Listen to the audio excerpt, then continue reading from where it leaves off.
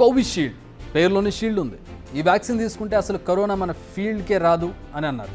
కానీ తీరా చూస్తే ఏమైంది, కోవిషీల్డ్ తీసుకున్న వారికి హార్ట్ ఇష్యూస్ వచ్చే ఛాన్స్ ఉందని ఆ వ్యాక్సిన్ డెవలప్ చేసిన ఆస్ట్రాజెనికా కోర్టులో కుండబద్దలు కొట్టింది. అయితే అందరికీ కాదు, కొందరికే ఉందని నిపుణులు చెబుతున్నారు. అయితే ఓకే, పర్లేదులే అనుకునే టైంలోనే మరో షాకింగ్ డెసిషన్ తీసుకుంది ఆస్ట్రాజెనికా. అదేంటంటే గ్లోబల్ మార్కెట్లో ఉన్న తమ వ్యాక్సిన్లన్నింటినీ వెనక్కి తెప్పిస్తుంది. ఆస్ట్రాజెనికా ఎందుకు ఈ డెసిషన్ తీసుకుంది, దీని వెనుక రీజన్స్ ఏంటి?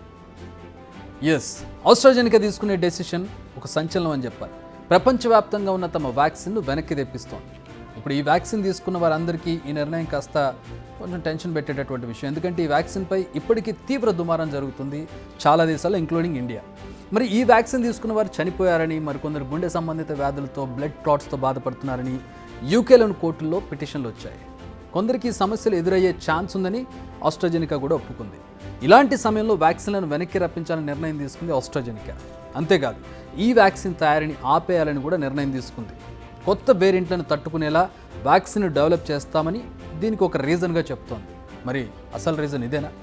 దీనికి సంబంధించి ఆస్ట్రాజెనికా ఒక స్టేట్మెంట్ రిలీజ్ చేసింది. ఇప్పటికే చాలా సంస్థలు కరోనాకు వ్యాక్సిన్లను మార్కెట్లో రిలీజ్ చేశాయి. ప్రస్తుతం కరోనా ప్రభావం కూడా లేదు. కానీ తాము ఉత్పత్తి చేసిన వ్యాక్సిన్లు మార్కెట్లో చాలా మిగిలిపోయాయి. అందుకే వాటిని వెనక్కి తెప్పిస్తున్నాం. అంతే తప్ప దీనికి సంబంధించి మరే విశేషం లేదని చెబుతుంది ఆస్ట్రాజెనికా. అంతేకాదు, వ్యాక్సిన్ తయారీ వల్ల 65 లక్షల మందిని కాపాడామని, ప్రపంచవ్యాప్తంగా 300 కోట్ల డోసులు అందించామని చెబుతోంది ఆస్ట్రాజెనికా. దీన్ని బట్టి చూస్తే మన ఇండియాలో కూడా ఇక కోవిషీల్డ్ ఉండే ఛాన్స్ లేదు. ఎందుకంటే ఇండియాలో ఈ వ్యాక్సిన్ కోవిషీల్డ్ పేరుతో సీరం సంస్థ ఉత్పత్తి చేసింది. ఇండియాలో కూడా ఈ వ్యాక్సిన్ వెనక్కి తెప్పించనున్నారు. అనేక దేశాల్లో కూడా ఇదే ప్రాసెస్ ఫాలో చేస్తున్నారు. బట్ ఇక్కడ కొన్ని క్వశ్చన్స్ ఉన్నాయి. ఏంటంటే, వ్యాక్సిన్లో ఎలాంటి సమస్యలు లేనప్పుడు వెనక్కి తెప్పించడం ఎందుకు?